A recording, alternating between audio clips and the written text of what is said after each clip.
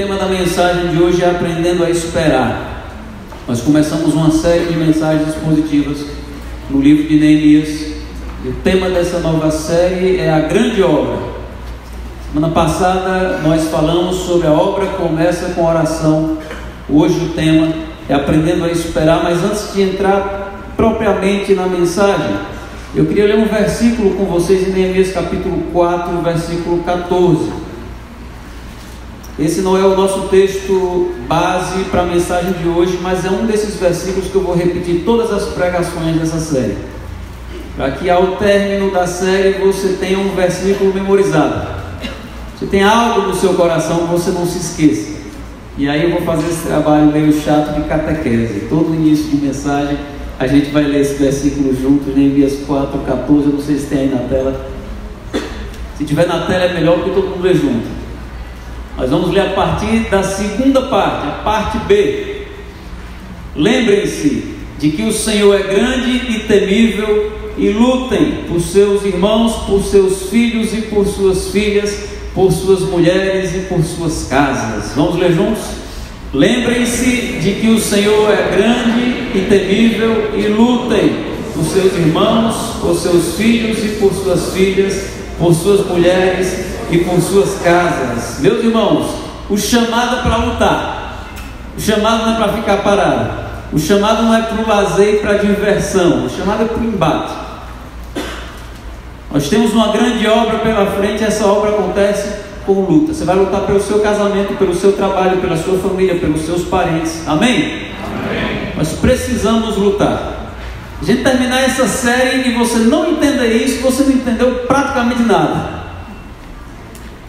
Nós fomos chamados para lutar. Essa luta é uma luta espiritual, e as armas também são armas espirituais. Nós estamos aprendendo mais sobre a história de Neemias e os desafios que Deus colocou no coração de Neemias.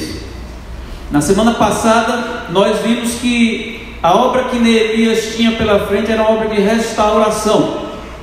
Os muros da cidade de Jerusalém estavam arruinados. Isso significa que a cidade sofria violência e invasões o tempo todo.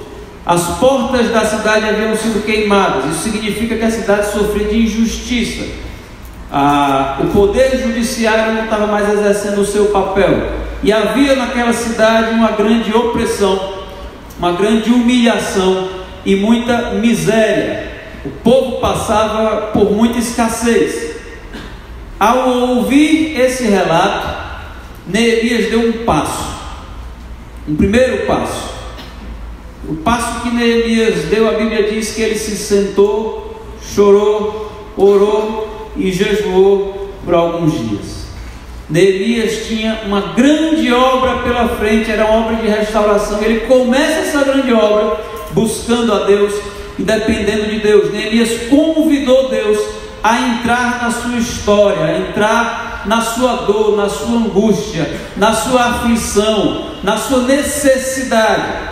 Neemias convida Deus a intervir no seu caso.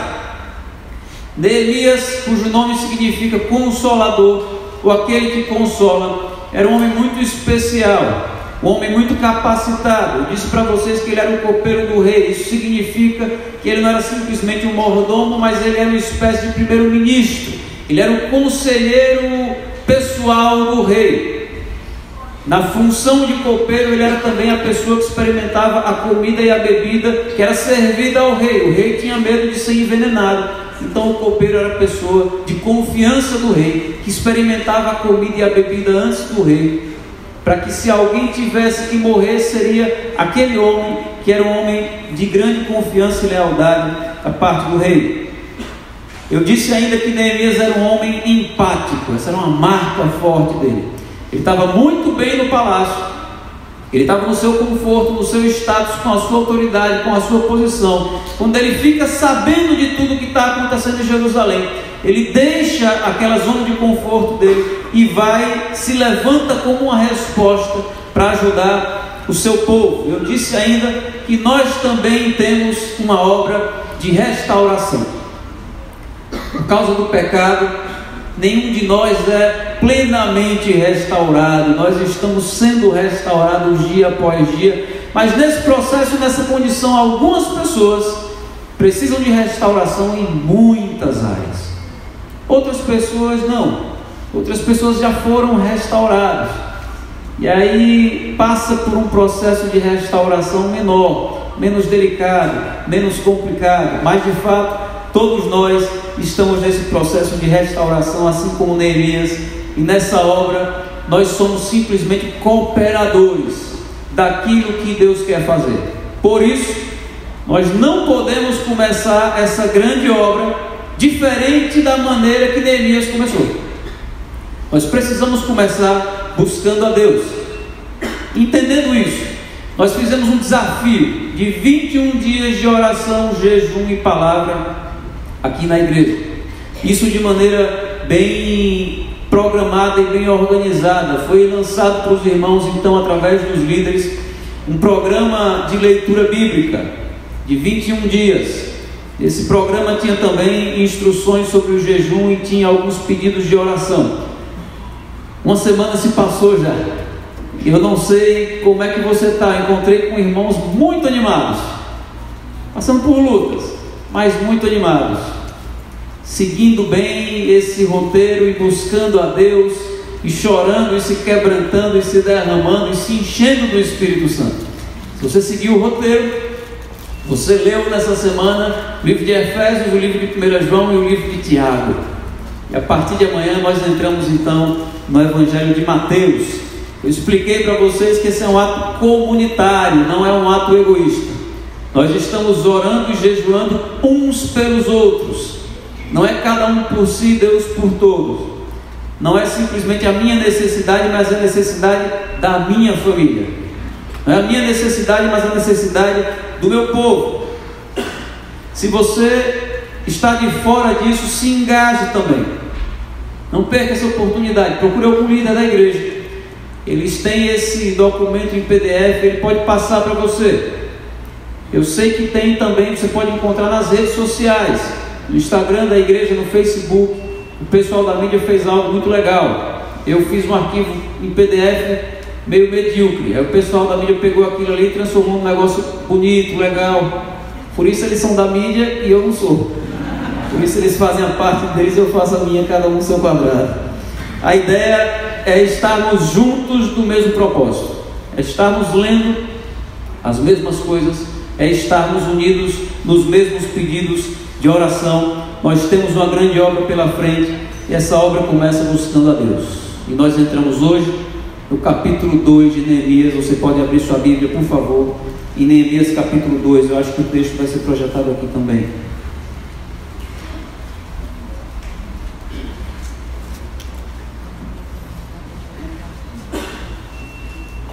Diz assim: Neemias fica depois de Esdras, no Antigo Testamento.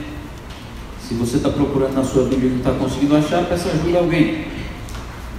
No mês de Nissan, do 20º ano do rei Artaxerxes, na hora de servir-lhe o vinho, levei-o ao rei. Nunca antes eu tinha estado triste na presença dele. Por isso o rei me perguntou: por que o seu rosto parece tão triste? Se você não está doente, essa tristeza só pode ser do coração. Com muito medo, eu disse ao rei: que o rei viva para sempre. Como não estaria triste o meu rosto se a cidade em que estão sepultados os meus pais está em ruínas e as suas portas foram destruídas pelo fogo? O rei me disse: o que você gostaria de pedir? Então orei ao Deus dos céus e respondi ao rei: se for do agrado do rei e se o seu servo puder contar com a sua benevolência, que ele me deixe ir à cidade onde meus pais estão enterrados, em Judá, para que eu possa reconstruí-la. Então o rei, estando presente a rainha sentada ao seu lado, perguntou-me: quanto tempo levará a viagem? Quando você voltará? Marquei um prazo com o rei e ele concordou que eu fosse.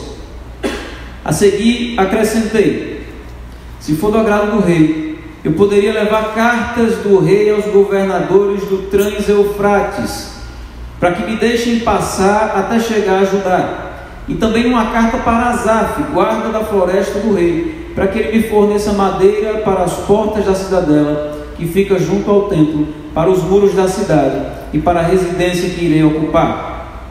Visto que a bondosa mão de Deus estava sobre mim, o rei atendeu os meus pedidos. Com isso fui aos governadores do Trans-Eufrates e lhes entreguei as cartas do rei.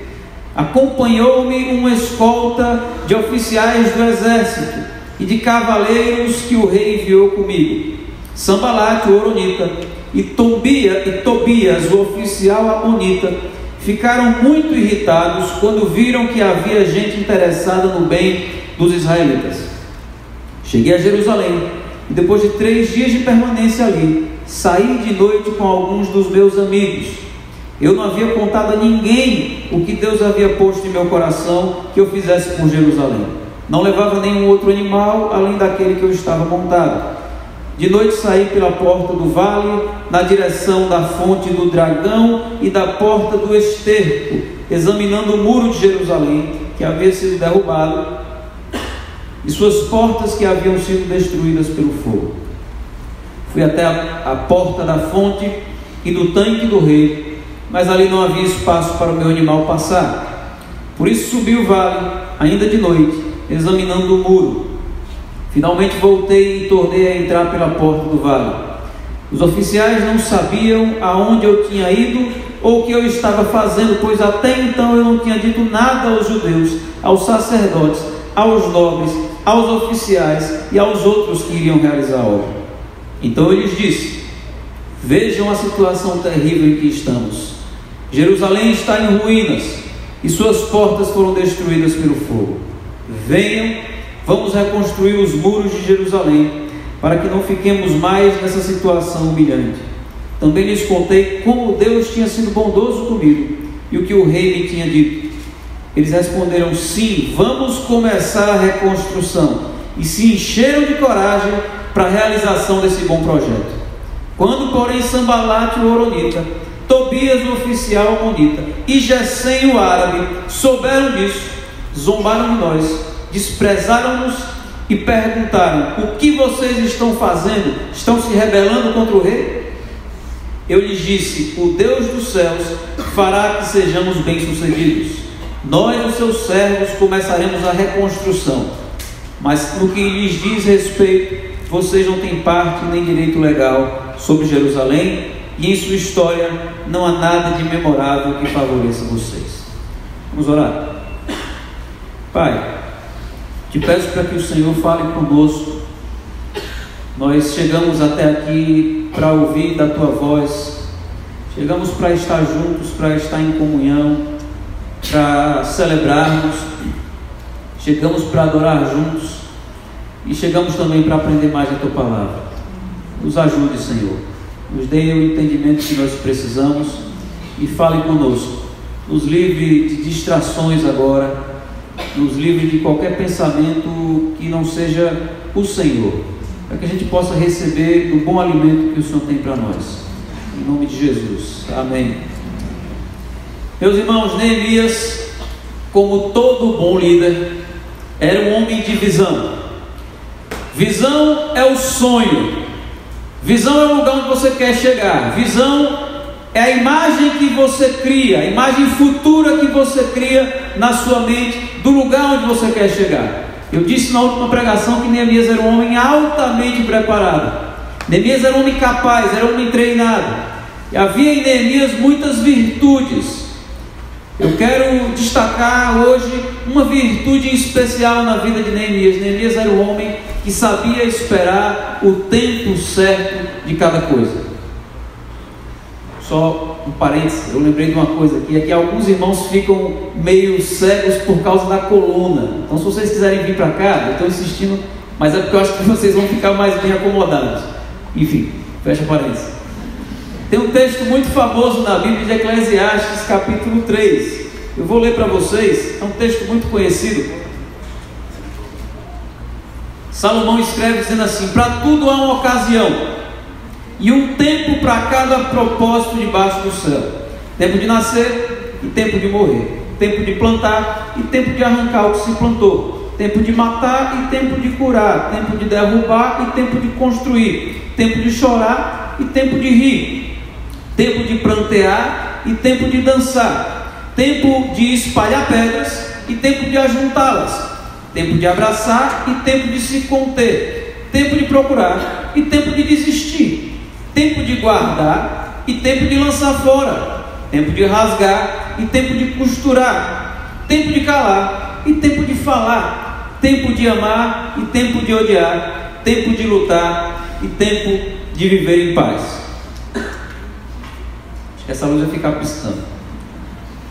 Meus irmãos, uma das grandezas da vida, nesse processo de aprendizado que nós estamos o tempo todo, é identificar o tempo certo de cada coisa, é respeitar o tempo certo de cada coisa, é respeitar os ciclos da vida, vivendo sem atropelar as coisas, vivendo sem atropelar o tempo, aprendendo a viver com paciência, aprendendo a esperar.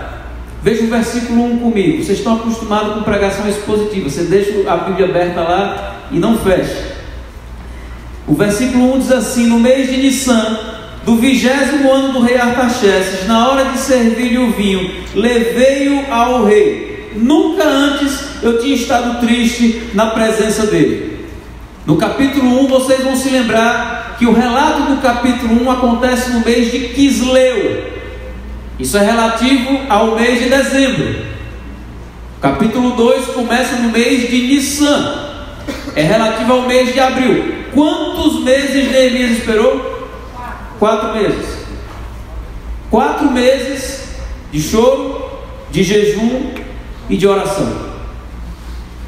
Deus tinha colocado um sonho no coração de Neemias. Deus tinha dado uma visão de restauração para Neemias, mas Deus ainda não tinha aberto a oportunidade e a porta. E o que é que Neemias fez? Esperou. Neemias não esperou parado, não esperou sem fazer nada. Neemias esperou orando, jejuando e se planejando. Neemias fez aquilo que lhe cumpria fazer. Neemias fez a parte dele e esperou até que Deus fizesse a sua parte. Muitas vezes, meus irmãos, os sonhos que Deus coloca no nosso coração se frustram porque nós não temos paciência para esperar Deus abrir as portas. A gente fez um propósito de oração, jejum e palavra de 21 dias. Aí passou uma semana e Deus ainda não respondeu. Vocês dizem, tem alguma coisa errada. Uma semana. Ou você já está pensando em parar de orar, ou você já está cansado de orar e jejuar, porque uma semana se passou e Deus ainda não abriu aquela porta que você estava esperando. Nós desaprendemos a esperar, e por isso nós sofremos picos de ansiedade, por isso nós sofremos crises e transtornos de ansiedade e tantas enfermidades da alma derivadas da ansiedade. Nós somos a geração do micro-ondas. Fica pronto em 30 segundos. É a geração do instantâneo, do imediato. E isso tem desgraçado a vida de muita gente. E olha que aqueles 30 segundos do micro-ondas não passa, demora. Aqueles 30 segundos, dificilmente alguém aqui fica parado no micro-ondas esperando os 30 segundos acabar. Enquanto os 30 segundos vão passando, você vai fazer alguma outra coisa, nem que seja mexer no celular. Mas você não quer perder 30 segundos da sua vida. Aqueles 30 segundos parece que o micro-ondas já não é tão bom assim. Seria bom se você abrisse a porta, fechasse e já estivesse pronto. E a gente vive nessa era da informação tão rápida e tão imediata, que a gente espera de Deus respostas sempre muito rápidas e muito imediatas. Quando você lembra de Abraão, que esperou anos e anos e anos e anos e anos e continuou crendo, é quase uma utopia nos nossos dias. Esperar anos já é algo muito difícil, esperar meses já é muito difícil, que dirá uma vida inteira, como fez Neemias. É quase um processo muito angustiante, esse processo de espera. Mas Neemias não sofria desse mal. Neemias sabia esperar. Por ser copeiro do rei, ele levou o vinho até o rei. Certamente ele experimentou aquele vinho porque fazia parte da função dele. E quando Neemias fez isso, ele demonstrou que estava triste. Vamos ler na sequência, versículo 2 ao 6. Por isso o rei me perguntou: por que o seu rosto parece tão triste se você não está doente? Essa tristeza só pode ser do coração. Com muito medo, eu disse ao rei: que o rei viva para sempre. Como não estaria triste o meu rosto, se a cidade em que estão sepultados os meus pais está em ruínas, e as suas portas foram destruídas pelo fogo? O rei me disse: o que você gostaria de pedir? Então orei ao Deus dos céus e respondi ao rei: se for do agrado do rei e o seu servo puder contar com a sua benevolência, que ele me deixe ir à cidade onde os meus pais estão enterrados em Judá, para que eu possa reconstruí-la. Então o rei, estando presente a rainha sentada ao seu lado, perguntou-me: quanto tempo levará a viagem? Quando você voltará? Marquei um prazo com o rei e ele concordou que eu fosse. Neemias vivia bem no palácio, mas ele soube dos problemas do seu povo e ele se entristeceu. Eu acredito que essa tristeza de Neemias ele conseguiria ter disfarçado se ele quisesse. Era um momento de celebração, de festa, de vinho. Ele estava diante do rei. Eu penso que se ele quisesse ter disfarçado e dado aquele sorriso amarelo durante algumas horas, ele conseguiria. De modo que eu acredito que esse semblante de tristeza era verdadeiro, mas essa necessidade de mostrar ao rei era proposital, era intencional. Havia algo no coração de Neemias. Neemias queria mostrar para o rei que estava triste, para que o rei puxasse uma conversa com ele. Se lembra, ele era muito próximo do rei, mas ele não tinha essa moral toda em relação ao rei. Ele não podia puxar a conversa a hora que ele quisesse. E ele provoca uma conversa. Ele chama a atenção do rei. E o rei pergunta para ele: por que você está triste? E o que é que está acontecendo com você? Agora preste atenção no detalhe. Em que momento Neemias faz isso? Neemias faz isso no melhor momento possível. O versículo 6 diz: então o rei, com a rainha sentada ao seu lado, perguntou-me. Essa informação é valiosa, porque se a rainha estava sentada ao lado do rei, isso significa que era um dia de festa. Havia naquele lugar celebração. Estava todo mundo animado. O rei já devia estar um pouco manso, um pouco alegre, um pouco cheio de vinho, porque fazia parte da festa. E havia do lado do rei uma figura feminina, geralmente mais sensível a questões subjetivas e familiares. Os meus parentes estão enterrados lá e a cidade está destruída. Neemias espera a melhor ocasião para dizer para o rei aquilo que ele precisava. Era o timing perfeito. Neemias era um homem bom de timing, de tempo certo, de esperar a ocasião adequada para cada coisa. Aquela era a oportunidade, a porta que Deus estava abrindo para Neemias apresentar sua necessidade ao rei. E Neemias diz então para o rei: olha, o meu país está em ruínas, as portas foram destruídas pelo fogo. E o rei diz: o que é que você gostaria de pedir? E o texto diz que Neemias responde, ou melhor, Neemias diz: então orei ao Deus dos céus e respondi. E aí Neemias dá a resposta dele.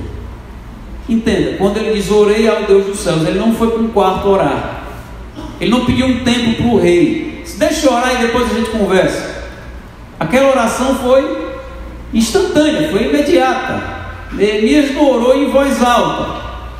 Neemias estava diante do rei e ele fez uma daquelas orações do tipo: Senhor, é agora, Deus me ajuda, Senhor, confirma.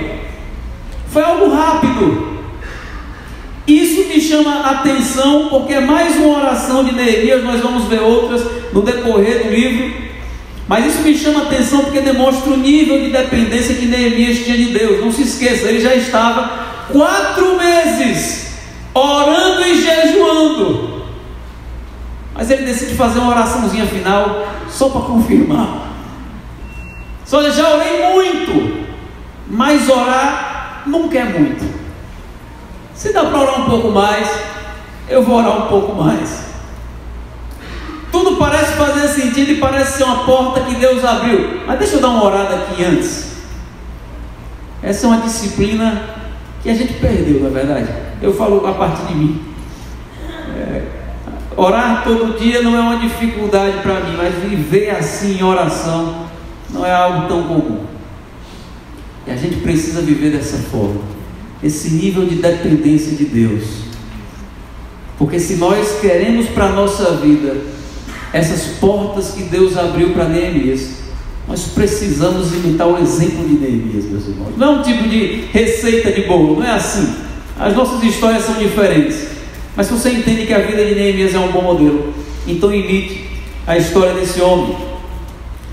Neemias então pede para o rei para voltar para Jerusalém, para reconstruir aquela cidade, e o rei permite que Neemias volte. E na sequência do versículo 7 ao 9 ele diz assim: a seguir acrescentei, se for do agrado do rei, eu poderia levar cartas do rei aos governantes do Trans-Eufrates, para que me deixem passar até chegar a Judá, e também uma carta para Asaf, guarda da floresta do rei, para que ele me forneça madeira para as portas da cidadela, que fica junto ao templo, para os muros da cidade, e para a residência que irei ocupar. Visto que a bondosa mão de Deus estava sobre mim, o rei atendeu os meus pedidos. Com isso, fui aos governadores do Trans-Eufrates e lhes entreguei as cartas do rei. Acompanhou-me uma escolta de oficiais do exército e de cavaleiros que o rei enviou comigo. Neemias era um homem planejado. Neemias era um homem organizado. Neemias não era um sonhador, no sentido pejorativo. Neemias era um visionário. Neemias soube esperar o tempo certo, meus irmãos, mas além de esperar, ele ficou se preparando para quando a oportunidade surgisse. Muitas vezes Deus abre portas para nós, mas nós não estamos preparados para aquelas oportunidades que Deus nos abre. Muitas vezes nós perdemos oportunidades por responsabilidade nossa. Quando essa oportunidade de falar com o rei surgiu, Neemias estava com tudo na cabeça já. Neemias já tinha um plano. Neemias já sabia o que pedir.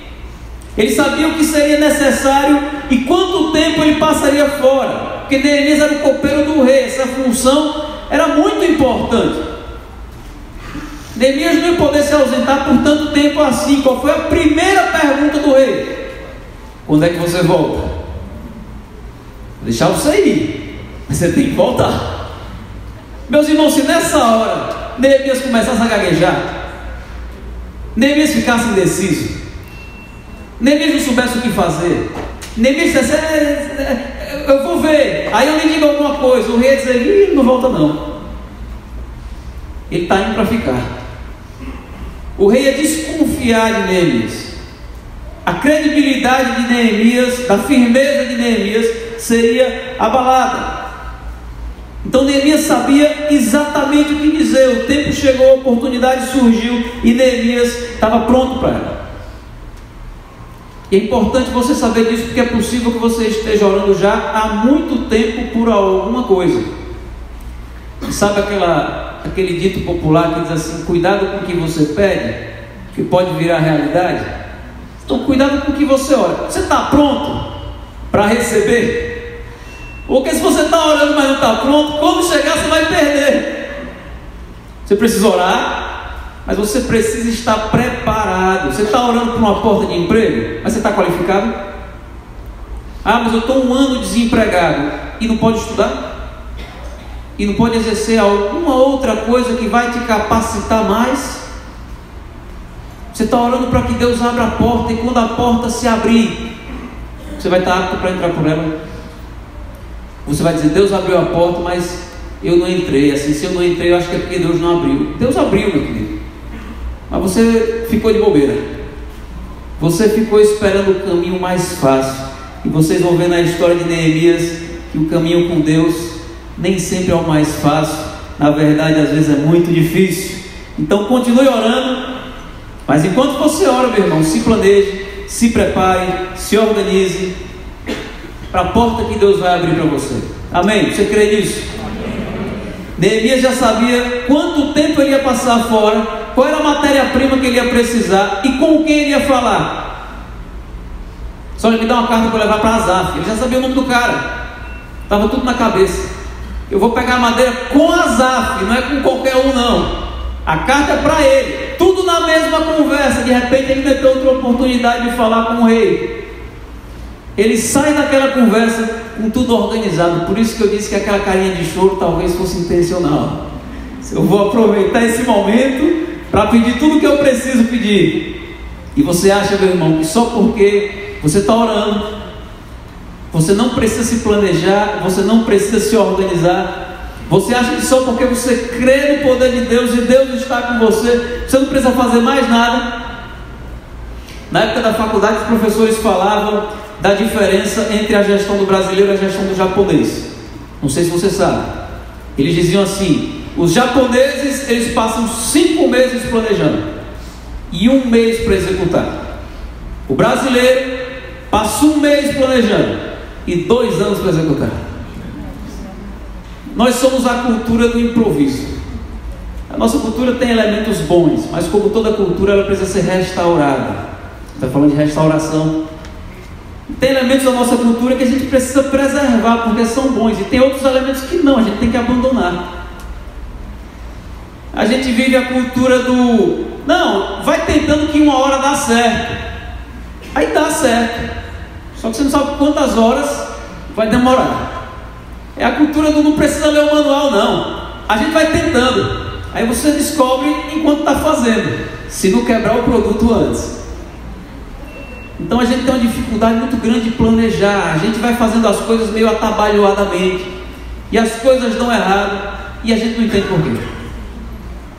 Na vida de Neemias nós encontramos um homem que orou, que jejuou, mas que se planejou. Ele sabia que passos precisavam ser dados, e sabia em que momento e de que forma aqueles passos precisavam ser dados. Você quer abrir uma empresa?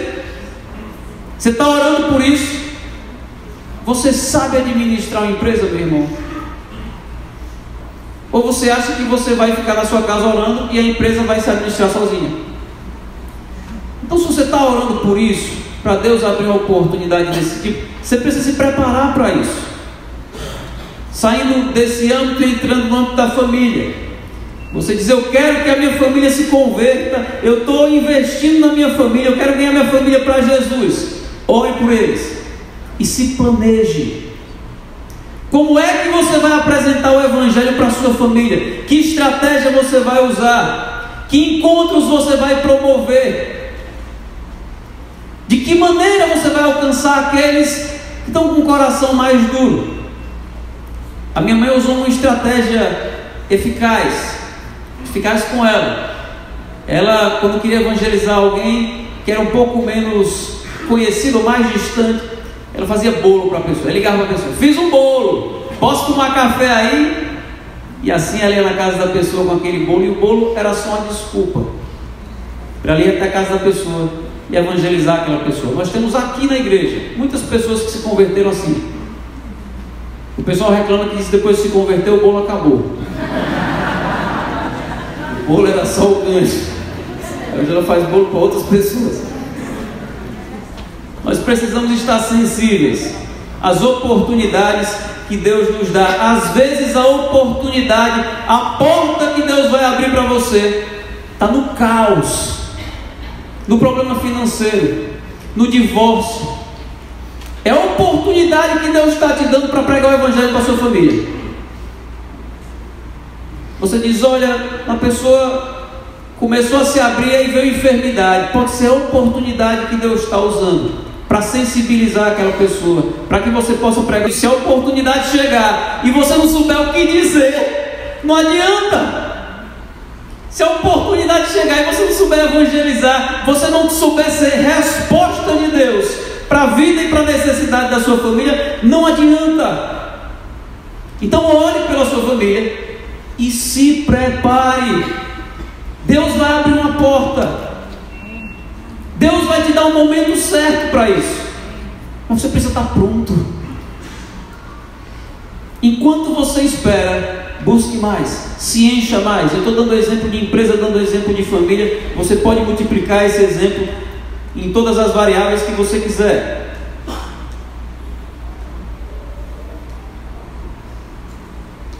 É possível que Deus ainda não tenha respondido a sua oração, porque você não está preparado. E é possível que Deus já tenha respondido, mas você estava tão despreparado que nem percebeu. Não faz mal se você perdeu a oportunidade. Não desista.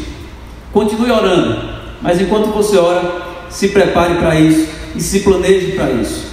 E aí na sequência do texto, Neemias diz algo muito bonito. Ele diz assim: visto que a bondosa mão de Deus estava sobre mim, o rei atendeu os meus pedidos.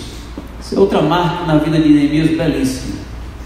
Ele sempre tributa a Deus as suas conquistas. Neemias tinha tudo planejado. Ele soube a hora certa de falar. Ele fez tudo de maneira muito cuidadosa. Mas quando as portas se abriram, ele disse: está vendo aí? Eu sou bom, é porque eu tenho conversa. Eu sei convencer as pessoas. Não. Ele não atribui a si, mas ele atribui a Deus aquela vitória e aquela conquista. Ele não se julgou super capaz, embora ele fosse muito capaz. Mas ele não se envaidece daquilo. Ele sabia que aquela oportunidade tinha sido providenciada pelo Senhor, e ele sabia que a vitória dele dependia do Senhor. Aí acontece algo no versículo 10. Veja comigo. Sanbalat, algumas traduções da Bíblia vão traduzir só como Sambalá, mas tanto faz. Sanbalat, o horonita, e Tobias, o oficial amonita, ficaram muito irritados quando viram que havia gente interessada no bem dos israelitas. Pula para o versículo 19. Quando, porém, Sanbalat, o horonita, Tobias, o oficial amonita, e Gesem, o árabe, souberam disso, zombaram de nós, desprezando-nos, e perguntaram: o que vocês estão fazendo? Estão se rebelando contra o rei? Sanbalat era o governador de Samaria, Tobias era um membro nobre dos amonitas. Os dois eram muito influentes. A coisa mal começou e se levantam adversários. Primeiro ele fala de Sanbalat e Tobias, e antes de acabar o capítulo já tem mais um, Gesem, o árabe. Algumas descobertas arqueológicas nos mostram que esse Gesem era rei de Quedar. Neemias mal havia começado aquela grande obra e já tinha inimigos se levantando contra ele. É possível que você possa dizer a mesma coisa. É possível que você possa dizer assim: mal entrou os 21 dias de jejum e você nem sabe como é que foi minha semana. Já aconteceu tanta coisa, já teve tanta luta na minha vida, minha situação que estava difícil piorou. O meu problema que era grande, depois que eu comecei essa semana de jejum, de oração, de palavra, parece que o problema dobrou. Você sabe por quê, meus irmãos? Porque nós lutamos contra aquele que é o inimigo das nossas almas. A Bíblia diz que nós temos um adversário, e esse adversário não costuma se levantar contra aqueles que estão parados. Esse adversário se levanta, esse inimigo se levanta quando nós nos levantamos para lutar, quando nós nos levantamos para começar essa grande obra. Se lembre, o povo de Jerusalém estava ali durante anos, e Sanbalat e Tobias não fizeram nada. Claro, estavam no meio do escombro, da miséria, conformados com aquilo. Deixa eles lá. Mas quando se levanta alguém para dizer: eu não aceito isso, eu não aceito viver na miséria e no escombro, eu quero restauração, eu creio que Deus pode fazer um milagre aqui. Aí o inimigo enlouquece, sem razão aparente nenhuma. Há uma razão histórica que a gente vai tratar mais para frente, mas eles se iram profundamente e começam a se levantar contra Neemias. 1 Pedro capítulo 5 versículo 8 diz assim: sejam sóbrios e vigiem. O diabo O inimigo de vocês anda ao redor como um leão, rugindo e procurando a quem possa devorar. Resistam-lhe, permanecendo firmes na fé, sabendo que os irmãos de vocês têm em todo o mundo, sabendo que os irmãos que vocês têm em todo o mundo estão passando pelos mesmos sofrimentos. O Deus de toda graça, que os chamou para a sua glória eterna em Cristo Jesus, depois de terem sofrido durante pouco tempo, os restaurará, os confirmará, lhes dará forças e os porá sobre firmes alicerces. Esse texto é um consolo para nós. Você está sofrendo, aí Pedro diz: olha, não se esqueça não que tem irmãos nossos no mundo todo sofrendo do mesmo jeito. Essa é a luta de quem se levanta para essa grande obra. Nós partilhamos dos mesmos sofrimentos. Mas Pedro nos dá uma palavra de ânimo. Ele diz: olha, depois disso tudo, se vocês resistirem ao inimigo, Deus te restaurará, Ele vai te colocar sobre firmes alicerces. O que Pedro está dizendo é: não desista não. Está difícil? Você tem um inimigo, sim. Ele não está só atrás de você. Tem muitos outros irmãos do mundo todo sofrendo. Mas existe uma promessa de restauração e de alívio para as nossas dores. Isso pode não ter acontecido agora na sua vida, mas vai acontecer. Mas essa promessa é um tanto quanto condicional. É para aqueles que resistem. É para aqueles que são firmes em meio à dor e ao sofrimento, aqueles que resistem ao diabo e aqueles que permanecem na fé. Esse Deus de toda graça vem e nos restaura. Nós lemos no início do culto Neemias 4,14. Lembrem-se que o nosso Deus é grande e temível, e lutem por seus irmãos, por seus filhos e por suas filhas, por suas mulheres e por suas casas. O chamado é esse, meu irmão. Você vai dizer: eu comecei essa grande obra e a luta aumentou. É isso. O chamado é para a luta, não é para ficar parado. Não desista. Você foi chamado para lutar. A luta está só começando. A nossa e a de Neemias também. Esses inimigos vão se multiplicar. Nós vamos ver isso na sequência. Estamos em luta contra o inimigo e precisamos lutar pela restauração da nossa vida, das nossas famílias, do nosso casamento, do nosso trabalho, todas aquelas áreas que precisam de restauração. Versículo 11 ao 18, ele diz: cheguei a Jerusalém, e depois de 3 dias de permanência por ali, saí de noite com alguns dos meus amigos. Eu não havia contado a ninguém o que o meu Deus havia posto em meu coração que eu fizesse por Jerusalém. Não levava nenhum outro animal, além daquele em que eu estava montado. De noite saí pela porta do vale, na direção da fonte do dragão e da porta do esterco, examinando o muro de Jerusalém, que havia sido derrubado, e suas portas que haviam sido destruídas pelo fogo. Fui até a porta da fonte e do tanque do rei, mas ali não havia espaço para o meu animal passar. Por isso subi o vale, ainda de noite, examinando o muro. Finalmente voltei e tornei a entrar pela porta do vale. Os oficiais não sabiam onde eu tinha ido ou o que eu estava fazendo, pois até então eu não tinha dito nada aos judeus, aos sacerdotes, aos nobres, aos oficiais e aos outros que iriam realizar a obra. Então eu lhes disse: vejam a situação terrível em que estamos. Jerusalém está em ruínas e suas portas foram destruídas pelo fogo. Venham, vamos reconstruir os muros de Jerusalém, para que não fiquemos mais nesta situação humilhante. Também lhes contei como Deus tinha sido bondoso comigo e o que o rei me tinha dito. Eles responderam: sim, vamos começar a reconstrução, e se encheram de coragem para a realização desse bom projeto. Meus irmãos, Neemias soube esperar 4 meses, jejuando e orando, antes de falar com Artaxerxes primeiro. E aqui, mais uma vez, ele soube esperar o tempo certo para compartilhar o seu sonho com aquelas pessoas que estavam naquele lugar. Às vezes, um ato de precipitação nosso coloca tudo a perder. Às vezes uma palavra dita fora de tempo traz muitas complicações na nossa vida.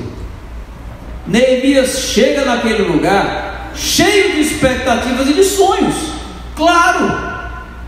Imagine que Deus colocou no coração dele, Deus tocou no coração do rei, as portas estavam se abrindo, mas ele consegue se conter. E ele chega naquele lugar em silêncio. Neemias não chega como herói. Neemias não chega com espírito messiânico. Cheguei, vou mudar a história, vamos lá, comigo, quem quiser. Neemias chega em silêncio, com discrição. Ele não entra no ônibus para sentar na janela. Ele fica por ali e vai 3 dias, dá uma volta pela cidade, prefere saber o que é que está acontecendo com mais detalhes. E depois disso, ele divide o seu sonho e o seu projeto com as pessoas que estavam ao redor dele. E ele desafia o povo a começar a reconstrução do templo, e o povo aceita esse desafio. Eu percebo que as pessoas costumam confiar mais em líderes e em pessoas cautelosas do que em pessoas impulsivas. Neemias era um homem cauteloso.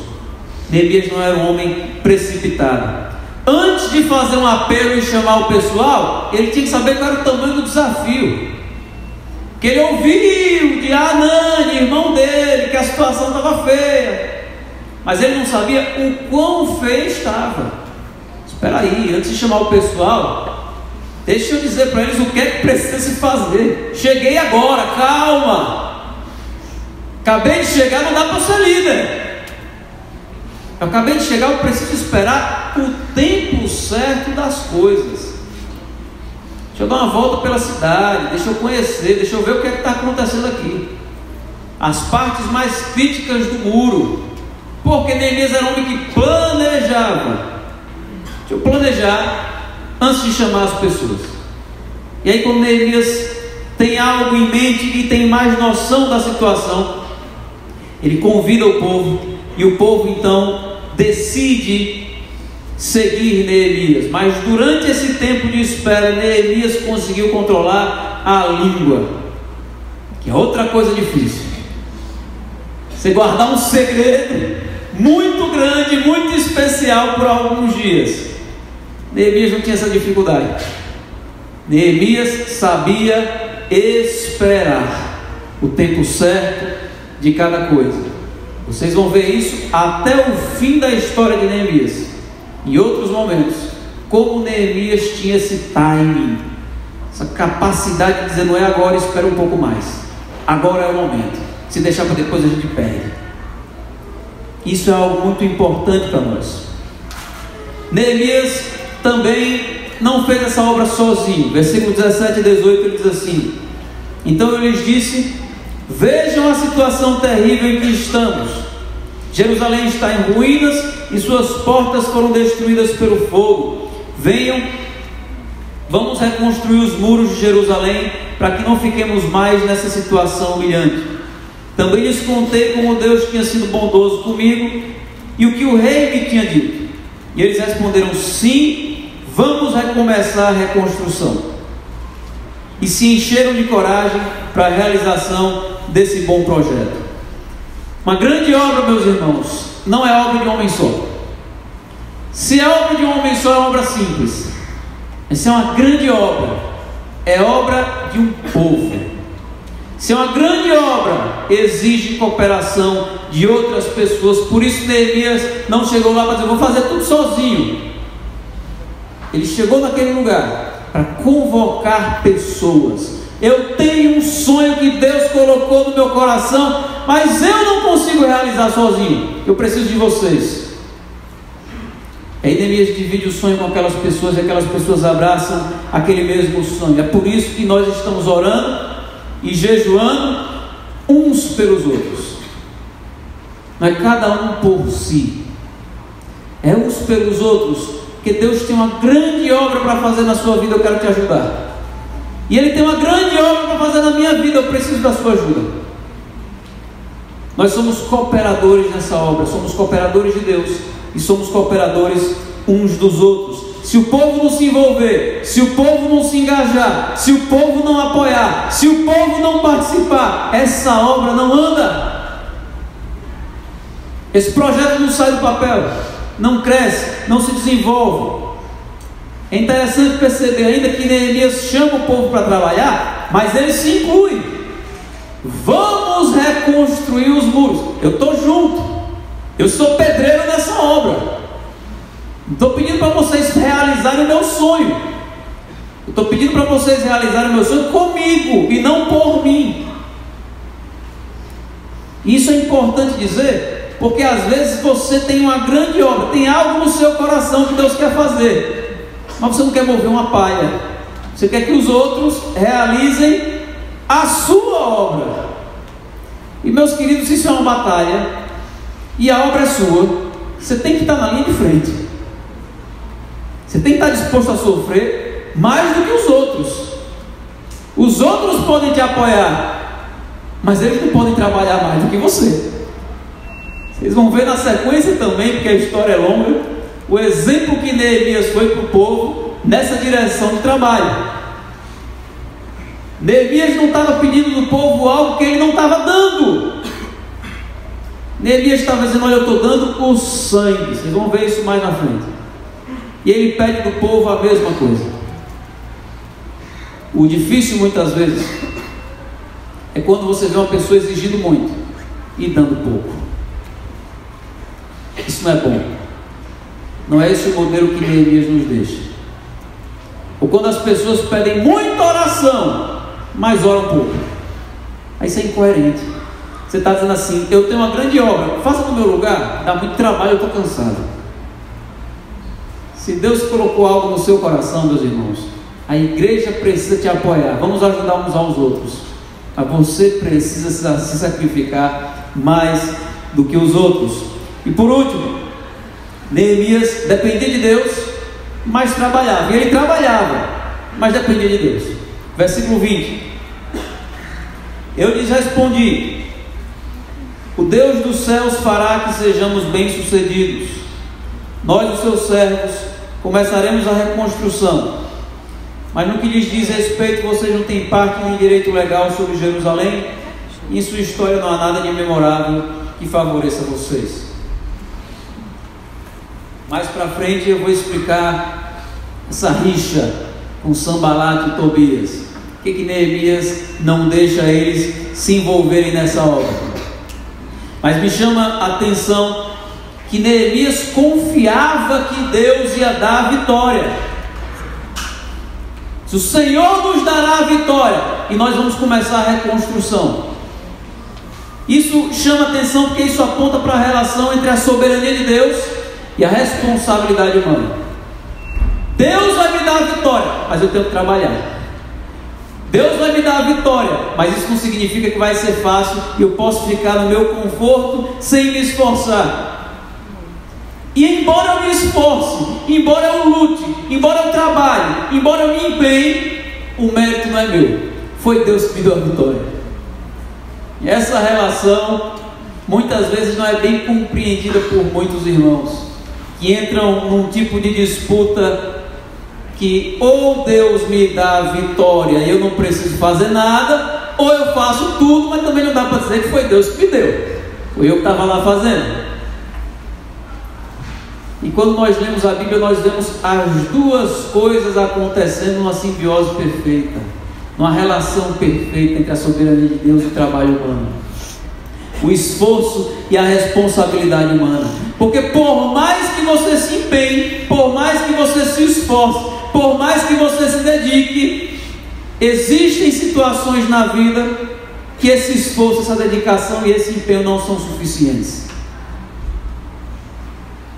É Deus quem te dá a saúde, a possibilidade, as ferramentas. É Deus quem abre portas. É Deus quem te livra de muitos imprevistos que você nem imagina, para que aquilo pudesse acontecer, mesmo com o seu trabalho e com o seu esforço. Neemias não se esquece que nós vamos reconstruir, mas Deus vai dar a vitória. E ele não se esquece disso porque ele era um homem de oração. Quem está o tempo todo orando não se esquece que é Deus que está no controle, que é Deus quem dá a vitória, que é Deus quem abre as portas, que é Deus quem faz as coisas acontecerem a despeito do nosso trabalho e do nosso esforço. Uma vida de oração produz esse tipo de dependência de Deus. O Salmo 127 diz: se o Senhor não edificar a casa, em vão trabalham os que nela edificam. Se o Senhor não guardar a cidade, em vão vigia a sentinela. Então, eu vigio como sentinela e eu edifico a casa, mas se o Senhor não estiver comigo, aí meu trabalho é em vão. E ninguém quer trabalhar em vão. A gente quer trabalhar e quer colher um fruto.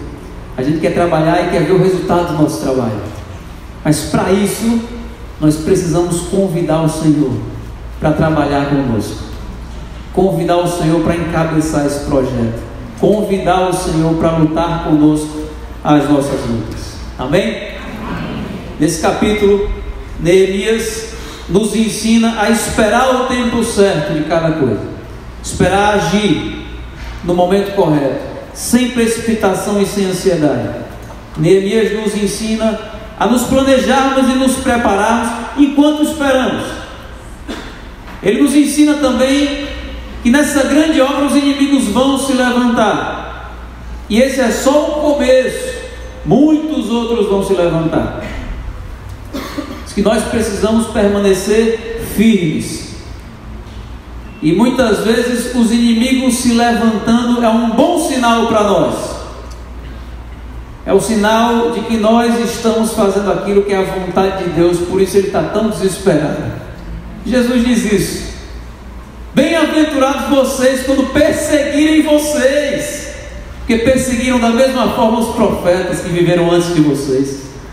Fiquem felizes, é um bom sinal. Vocês estão fazendo certo. É por isso que a perseguição se levanta. Não desanime, persevere. Há um espírito profético sobre a sua vida. E Neemias nos ensina ainda que nós precisamos trabalhar juntos com o povo. E embora a gente possa se esforçar e trabalhar, a vitória vem do Senhor, e vem sempre do Senhor. Amém? Vamos orar? Fique de pé, por favor.